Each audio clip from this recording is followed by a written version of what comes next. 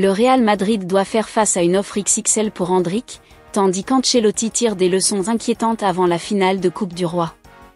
Et du côté du Barça, on s'active pour enfin régler le problème du latéral droit avec une cible bien précise. Tous les détails dans votre journal foot du jour.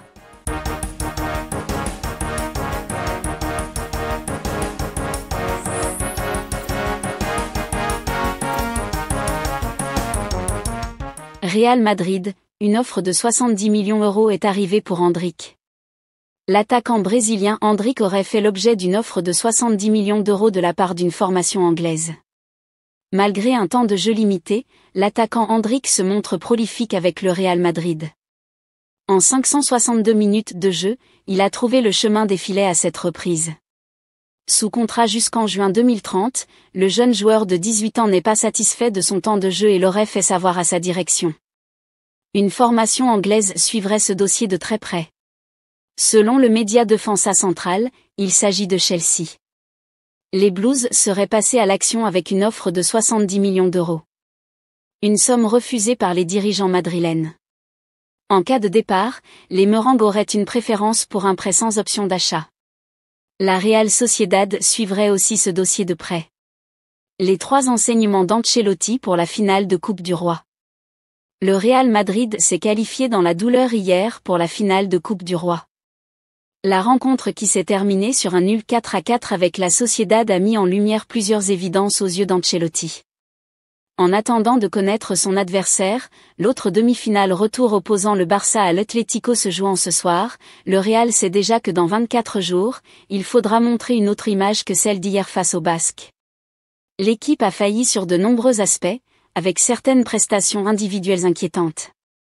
Assurément, Ancelotti a tiré des conclusions et devrait adapter son 11 en fonction de celle-ci pour disputer la finale le 26 avril à Séville. L'Hunain, pas au niveau. Il n'est pas à blâmer sur le premier but encaissé qui lui passe entre les jambes, même si on se demande tout de même si Courtois n'aurait pas fait mieux, sur ce coup. La grosse erreur de l'Ukrainien s'est jouée sur le 4e but de la Sociedad, une sortie malencontreuse sur un centre qui a permis à Oyarzabal de marquer. Avec 4 buts encaissés, l'Hunain a donné impression de fragilité inquiétante. Il n'a réalisé qu'un seul arrêt, ce qui ne lui était plus arrivé depuis le match de Copa face à la faible Deportiva Minera. Sur 5 tirs, 4 ont été cadrés. En salle de presse avant le match, Ancelotti avait d'ailleurs laissé planer le doute sur celui qui sera titulaire pour une hypothétique finale à ce moment-là. Il faut voir, ça peut être l'Hunain, ça peut être Courtois, avait botté en touche l'Italien, qui doit très certainement pencher en faveur du Belge après ce qu'il a vu ce mardi soir. Camavinga en défense, c'est non. Lui aussi est passé à côté de sa demi-finale. Camavinga est en difficulté cette saison. Il a accumulé 3 blessures, il a vu Ceballos et Modric lui repasser devant dans la hiérarchie du milieu, et hier, aligné comme latéral gauche, il n'a rien apporté. Kubo a fait vivre un enfer aux Français, qui a fini par écoper d'un carton jaune et être remplacé par précaution. Il a signé le plus faible pourcentage de passes de l'équipe, avec 87%. Pour mettre les choses en perspective, Lucas Vazquez en a réussi 96% et Alaba, 93%, ces 2 derniers ayant pourtant, eux aussi, été particulièrement mauvais. Alaba, le maillon faible. David Alaba a été choisi par son coach pour débuter cette rencontre aux côtés d'Asensio. Tchouaméni est devenu indispensable au milieu, ce qui fait que les 2 postes de la charnière centrale se jouent maintenant entre 3 hommes, Rudiger, Alaba et Asensio. Auteur de 2 buts contre son camp face à la Sociedad, et très emprunté dans le jeu, c'est une certitude que l'Autrichien n'a pas marqué des points dans ce duel à 3, si bien qu'il en a même perdu beaucoup hier soir. Le retour de sa longue convalescence reste compliqué pour Alaba, qui a probablement compris qu'elle allait être le duo au centre de la défense pour les prochains grands rendez-vous, un duo dont il ne fera pas partie. Le FC Barcelone veut frapper un grand coup cet été. Après une saison marquée par des irrégularités défensives, les Blaugrana cherchent activement un renfort de poids sur le côté droit. Et leur cible prioritaire est désormais connue, Vanderson, le latéral brésilien de l'AS Monaco. Mais attention, l'opération est loin d'être simple.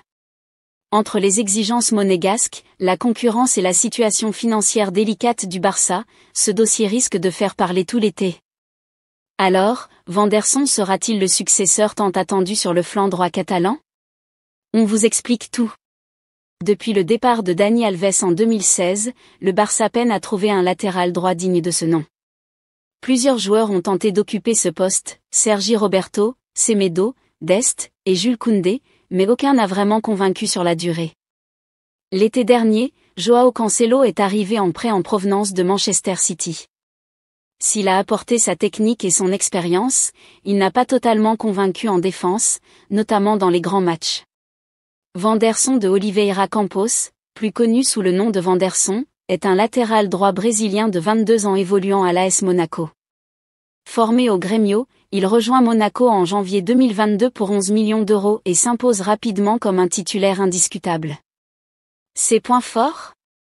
Il couvre son couloir avec une grosse activité défensive et offensive. Apport offensif, il aime monter, centrer et même marquer. Technique brésilienne, à l'aise balle au pied, il peut aussi jouer en piston.